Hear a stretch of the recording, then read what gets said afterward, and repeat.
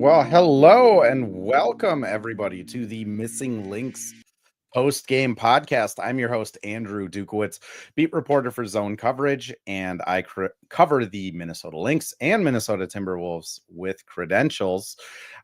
This is kind of a new setup here. We got the live going on TikTok. We're live on X and YouTube. Might notice the border is a little bit different. This is going to be the debut episode of the stream as a part of Hitting the Hardwood Network, and happy to be here. I did want to just, before I start off on the post-game show, just thank Mitch Hansen and Terry Horseman for welcoming me into this kind of business venture, I guess, and just to kind of pair with everybody to get some awesome Lynx coverage out there for people that, quite frankly, have really wanted it, especially audio or video format. Coverage of the team. It's been lacking for quite some time, I feel like, but we're finally starting to put some of it together here. So let's get into it. Minnesota Lynx beat the Chicago Sky today, 91-68, and it was a interesting game. Lynx, I don't think, started off very, very good, to be quite honest with everybody. I mean, they were outscored 24-18 in the first quarter. Really weird start. Offense was kind of all over the place. They had 4 turnovers in the first quarter. Fee went 0 for 2 and was scoreless in the first quarter. Courtney wasn't hitting shots. Really, the only thing offensively that seemed to be going right was Kayla McBride looked really good. Bridget Carlton hit a couple threes. But other than that, it was just a rough first quarter for the Lynx. On the other side of it, got out rebounded. Angel Reese and Cardosa were obviously a problem. Rachel Branham hit a 3, which I think Lynx fans are getting pretty sick of this season, even though we all love Rachel. But, something flipped about midway through the second quarter, and the game was just over, which it's been something I've kind of been talking about all season, of just the Lynx have had this weird tendency of not being able to really play a complete game. Whether that's, they play kind of subpar for 3 quarters and then 1 quarter they just pop off and the game is over, or whether it's, they're just really struggling for a first quarter or a third quarter and let the team get back into it or hang around, and then kind of the same. It's just over when they decide it was. And that's what happened. I mean, you can look up and down the stat sheet. Sky scored 24 points in the first quarter. They scored 26 points in the second and third combined. Fourth quarter, they dropped 18, but it was not particularly good. It wasn't a strong 18, and a lot of it was in garbage time. Lynx had 4 turnovers in the first quarter. They had 4 the rest of the game. They forced the Sky into 21 turnovers and just did not let up at all. And once the Lynx kind of figured out how to beat this team, they just ran away with it. Now, to Chicago's credit, I guess, they did hang in there and kind of battle.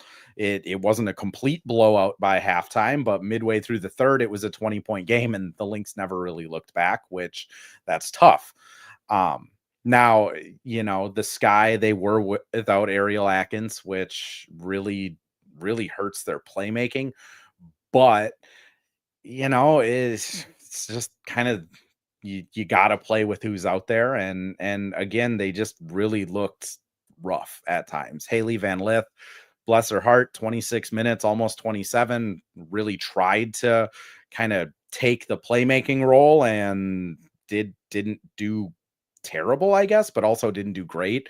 2 turnovers. It looked like really the strength of the Lynx just getting in on defense, muscling in, overworking them with the physicality kind of bothered Van Lith. I mean, Angel had 9 turnovers, which tough. They tried running it through Angel quite a bit to start the game off. Didn't particularly go well running it through Angel, especially when she didn't have a whole lot of shooters around her, and the Lynx just immediately kind of collapsed on Angel Reese and just did not let up that pressure either. From the Lynx side, it was a pretty typical Lynx game. I mean, you kind of look at it and you got 20 assists on 31 makes, not their normal 78%, but still really good at sharing the ball.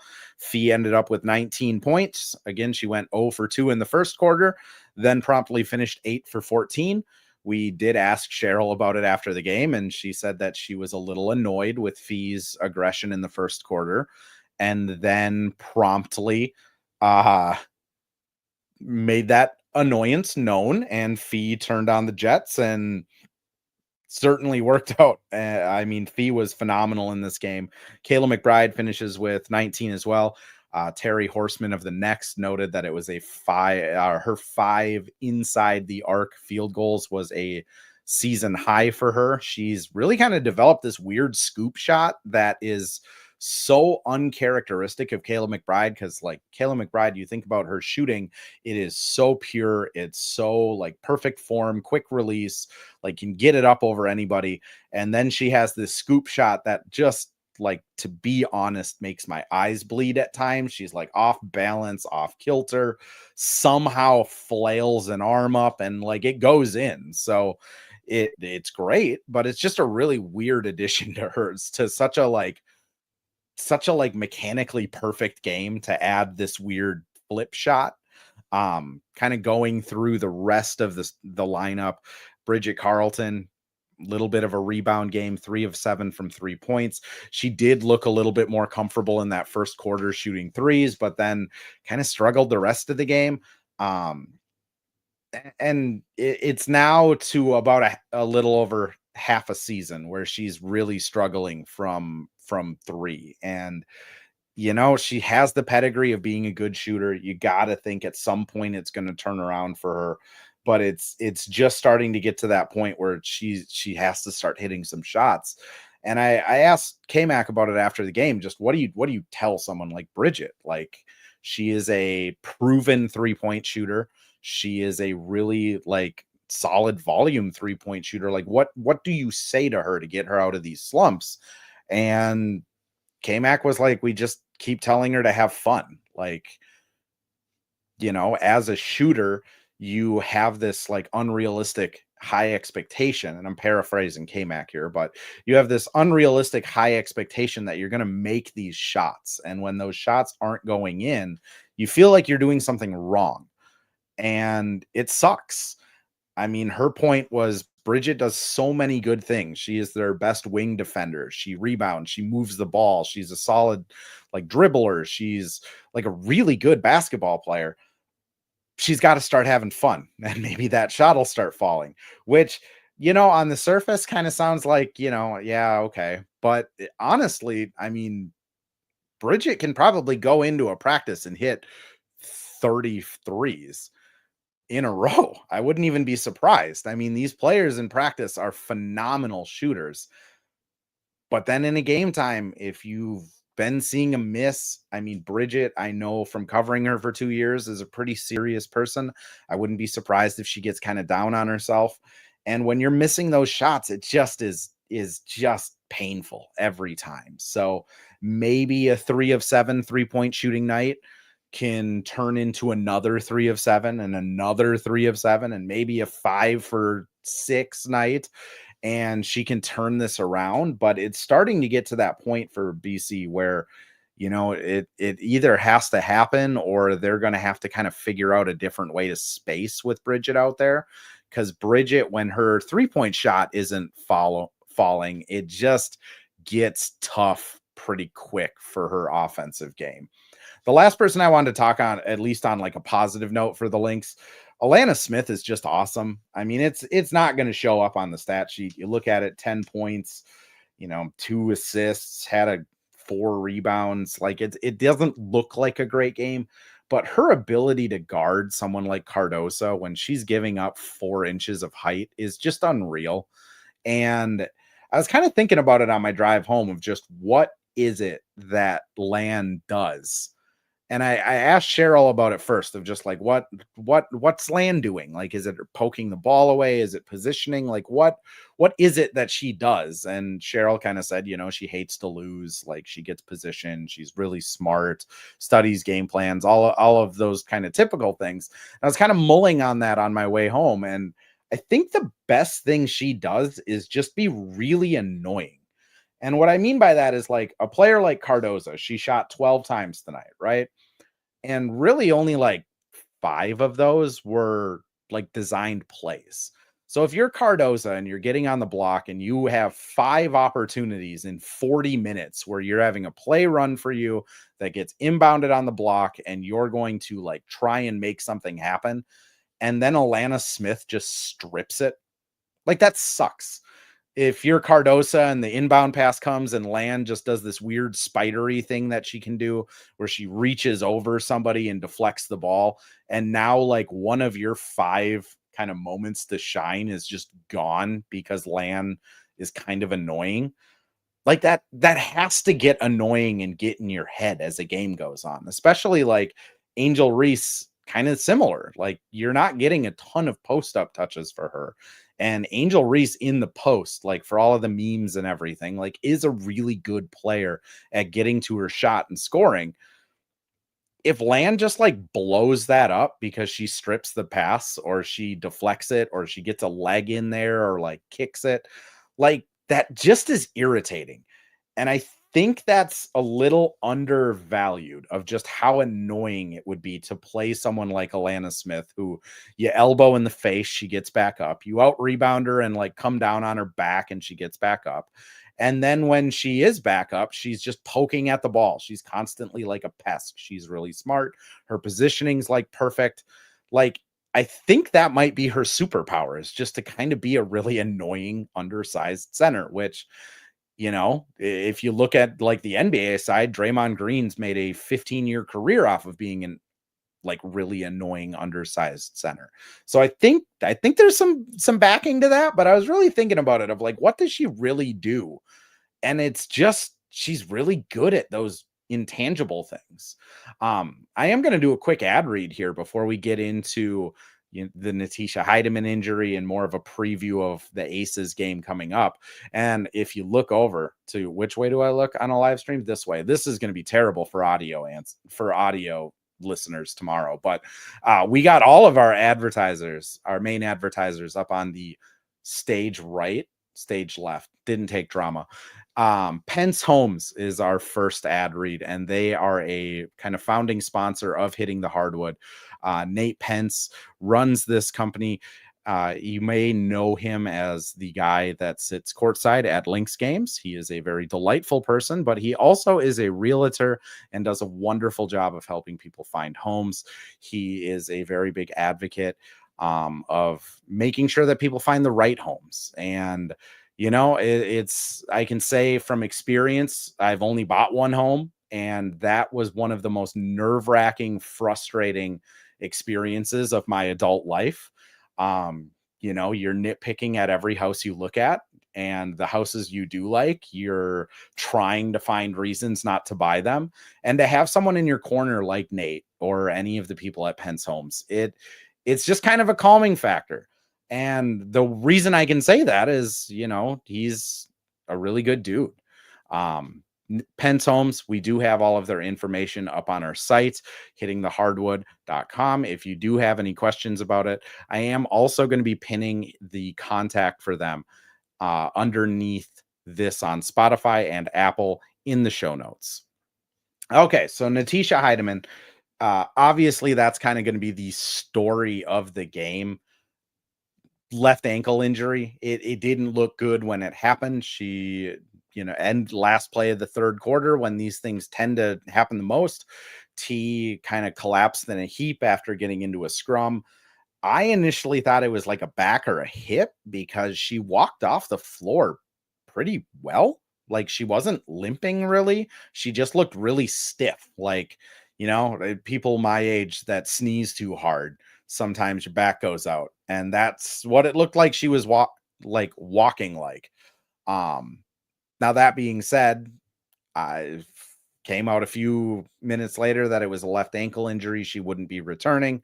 A few minutes after that, she did come back out to the bench and join the Lynx on the bench. I will say, that's encouraging that she came out and sat with the Lynx on the bench. It also was not, it didn't look the best. I'll say that. Um, She walked out on her own accord, sat at the end of the bench. She then did not get up the remainder of the fourth quarter that she was out there. She didn't celebrate after the game. She just went right back into the locker room. None of her teammates really went over there and were like hyping her up. We did ask K-Mac and Fee after the game, and they said that, T gave her a thumbs up and said she was good. So they say she's good. We asked Cheryl about it too, and Cheryl says that T always says she's good when she gets asked, that she'll be fine. So Cheryl's like, I will talk to the athletic trainer tomorrow and we'll get an actual diagnosis. But just optics wise, I mean, it looked like a pretty tough injury. She looked like she was obviously in a lot of pain.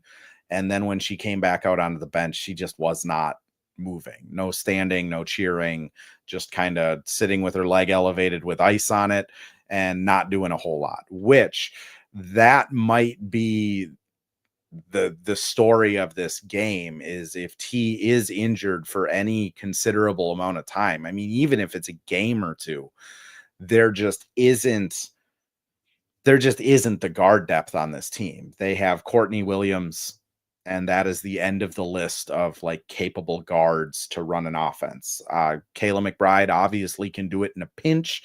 She can get shots up, get to her spots. I think her and Fee have great chemistry.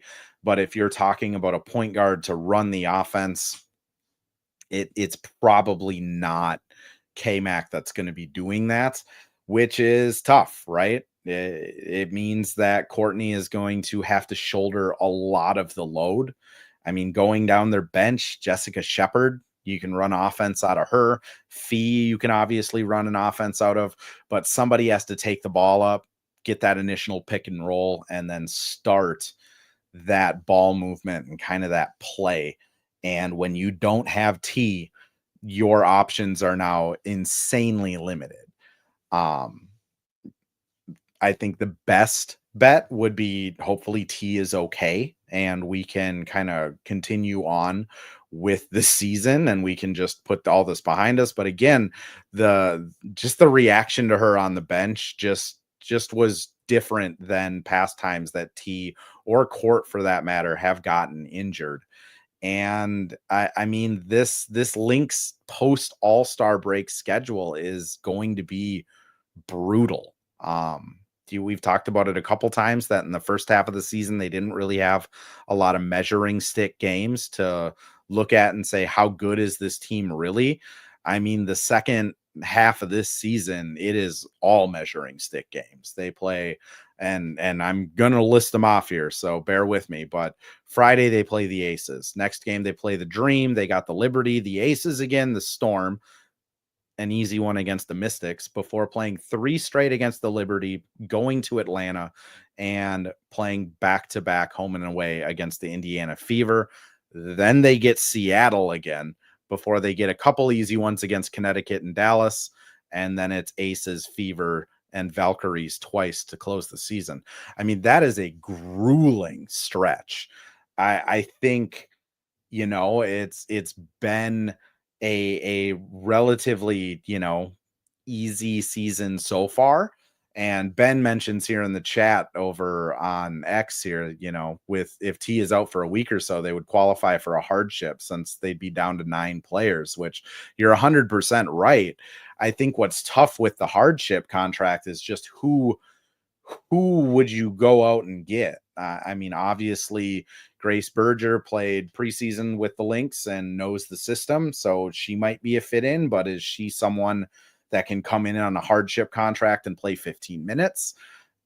I'm not sure. Olivia Pupa is out there. Honestly, I've been on the Olivia come back to Minnesota train all season. So Olivia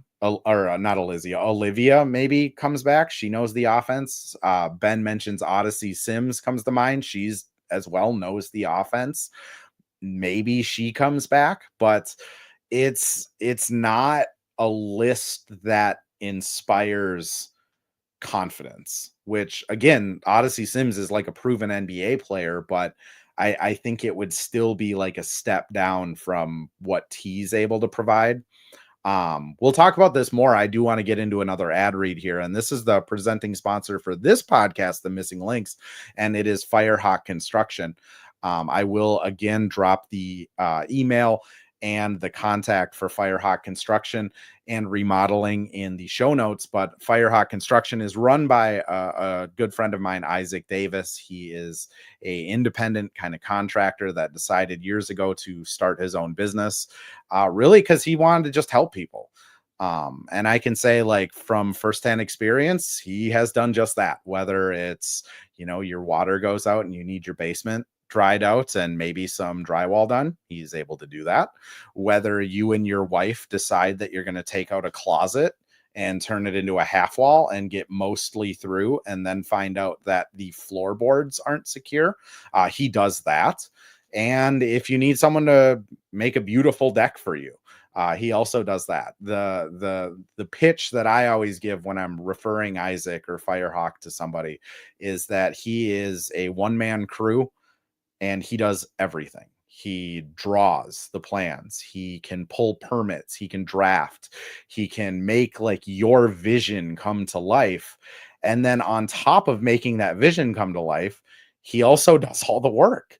So the person that you are telling what your dream is draws that, pulls all the permits, and then does it, whether it's plumbing, electric, or carpentry work. And he's phenomenal. Really good person, and I cannot refer anybody to him enough, whether it's finishing a basement, redoing cabinets, a bathroom that needs a makeover, or a deck outside or a garage. He really can do pretty much everything, and if it's not feasible, he will certainly tell you, because again, he understands the planning process. Again, his contact information, email and cell phone number will be in the show notes. Please give him a call if you want an estimate or you have any ideas of a project in your home. He does serve the North Metro in Minnesota. Okay, so coming back to it, Natisha Hiedeman, if she is injured, the Lynx do kind of have one more wild card that they have, if you will. Carly Samuelson's contract can be traded. It's a weird thing in the NBA, or yeah, in the WNBA and the NBA for that matter, that you can trade an injured contract, which seems really sketchy, but like, Carly is away from the team rehabbing. No matter where she goes in the W, she'll be able to be away from the team in rehab. But the sketchiness of it aside, that leads the Lynx to kind of have $100,000 salary block that they can trade for someone. They also have 40 plus $1,000 in salary cap available that they could, yes, sign a veteran minimum or get a veteran's minimum and a hardship contract, but they could also use that contract to pair with Carly Samuelson and bring back like $140,000 player per se, which, that's not going to get you like an all-star starter, but it'll get you a solid rotation player.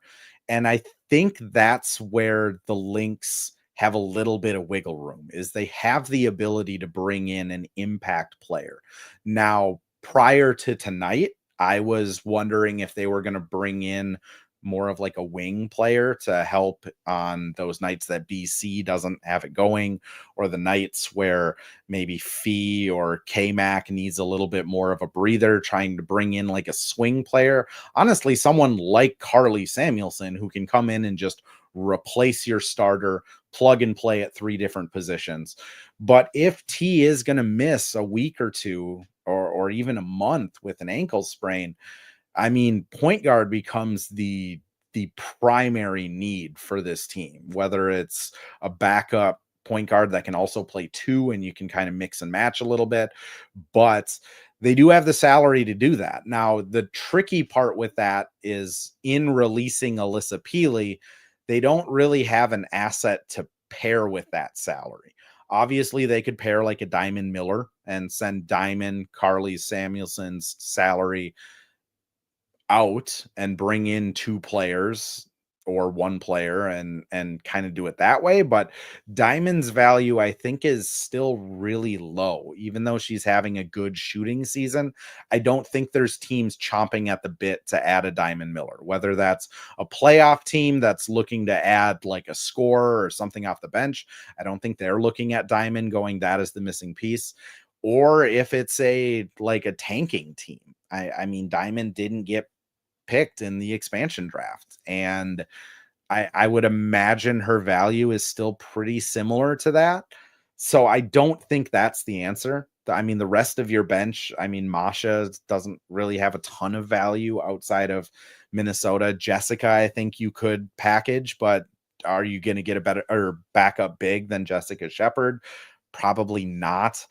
I mean, T you could package, but breaking up the stud buds at this point, I think would cause like a global riot, weirdly enough. So what's the move at that point? If it is a trade, what asset are you giving a team to take Carly Samuelson's money and you get a good player back? And that's where it gets really tricky because the Lynx do own Chicago's first round pick outright, and that is going to be an asset.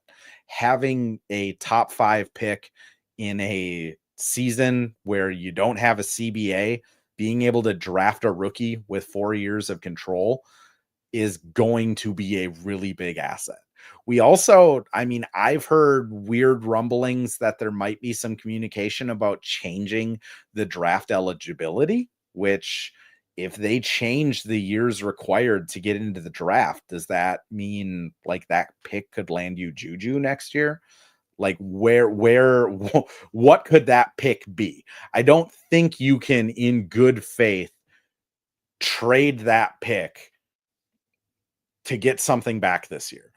Isabel, sorry, says on X, not Twitter. I might just call it Twitter forever. Says on Twitter, a 2027 pick. That's where my head goes. And I think every pick past that CBA is going to have value. Because I mean, objectively, you could look at a 2027 Lynx pick and kind of scoff and say, why would we give you a like starter caliber guard for a 2027 pick? But we don't know what that CBA is going to be.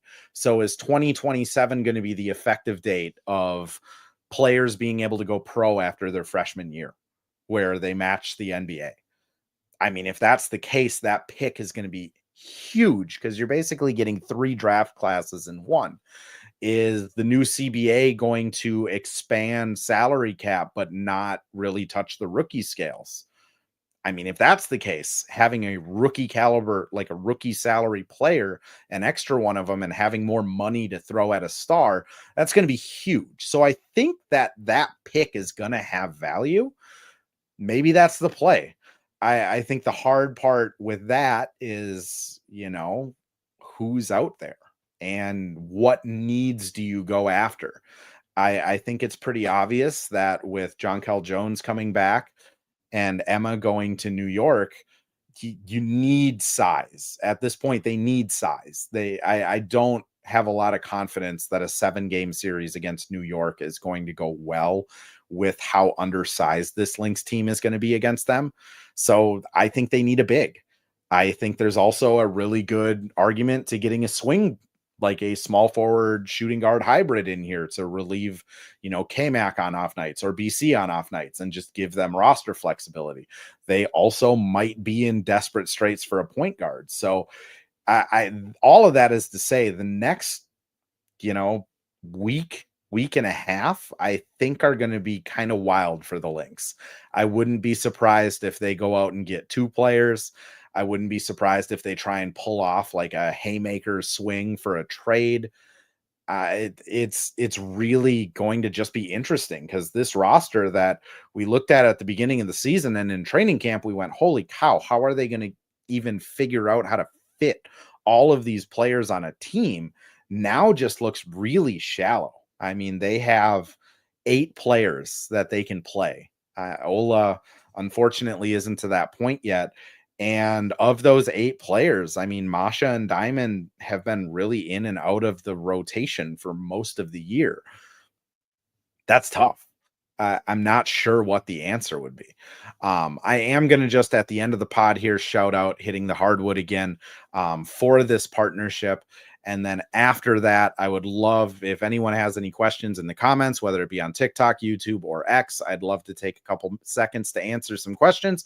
And if not, I will be doing this again Friday after that lovely game against the Aces, which does start a little bit earlier, which is actually really nice. But Hitting the Hardwood, did want to give them one more shout out. Just phenomenal to be a part of a podcast network that is completely Lynx focused. For people that don't know what Hitting the Hardwood is, it was founded by Mitch Hansen of Canis Hoopus a while back. Honestly, he's been doing podcasts for quite some time, and he is, in my opinion, one of the best Lynx beat reporters out there. He is honestly the Twitter account I go to if I'm feeling like I missed something. He's where I go to catch up. And the other person on this team is Terry Horseman, who has been on the Lynx beat for, I believe this is his 4th season from the Next. He has done everything from interviewing Simone Augustus on his podcast to, you know, being there every day like I am. And it's just really cool to be on a team that has 2 people that are in the writer's room with you and also really care about promoting the WNBA. For people who are interested, Hitting the Hardwood is Mitch Hansen's podcast. It is on Spotify, Apple, anywhere you find your podcasts. And Terry Horseman hosts Lynx Happy Hour. I believe he just put out a podcast with the Star Tribune's Kent Youngbloods facilitator for at least the next 2 months, Shelby Swanson, who is an awesome up and coming journalist in kind of the media sphere. But those are the 2 pods on the network with me. So happy to be here with them. And with that, I will say any questions out there from fans that would like to ask Lynx related. I know I've gotten a couple on TikTok that are Wolves related. Unfortunately, you can send me a DM. I will answer it there. But this is all Lynx centric. The one thing I will add, maybe to close here, is the Lynx. They have strung together quite a few wins. They really took care of that first half of their schedule. But what makes me kind of nervous coming into this end stretch of their schedule is just, they're playing good team after good team after good team after good team. The Liberty, they play 4 times. It's going to be a slog. And what I would say for Lynx fans that are looking at the schedule of like, holy cow, we could lose in this, we could really fall in the standings. What I would just say is, yes, the Lynx are probably going to lose some of these games. I think it's a little frustrating that all of the Mercury games has passed, and that is the team that is going to be chasing them in the West. But my expectation on the Lynx is that they do split most of these series, whether it's splitting 2-2 against New York, whether it's going 1-1 against Indiana, whether it's splitting 1-1 the last 2 dream games. And they do have some easier wins. Connecticut, Washington, 2 against Golden State.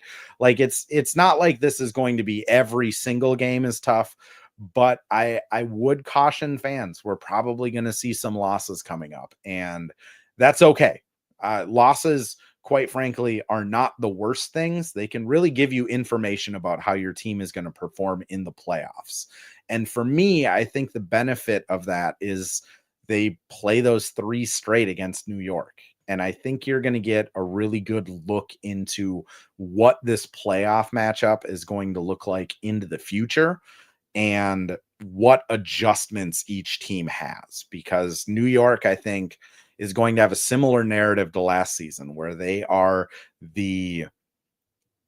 kind of the front runners. They're the super team. They're the team with Sabs, Cloud, Stewart, John Kell. Now add Emma into it. They have a super team. Now, the Lynx are going to have the same mantra as last season of we're the team. We're the team that has 78% of made baskets on assists.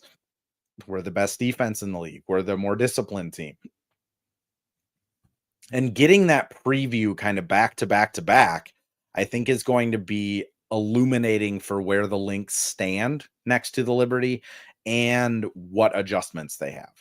It's going to be tough, but I would much rather have kind of stretches like that where you can see what a series would look like versus if they played them once every month, because then injuries happen. You don't know what's going on. Sometimes you go through a weird shooting slump.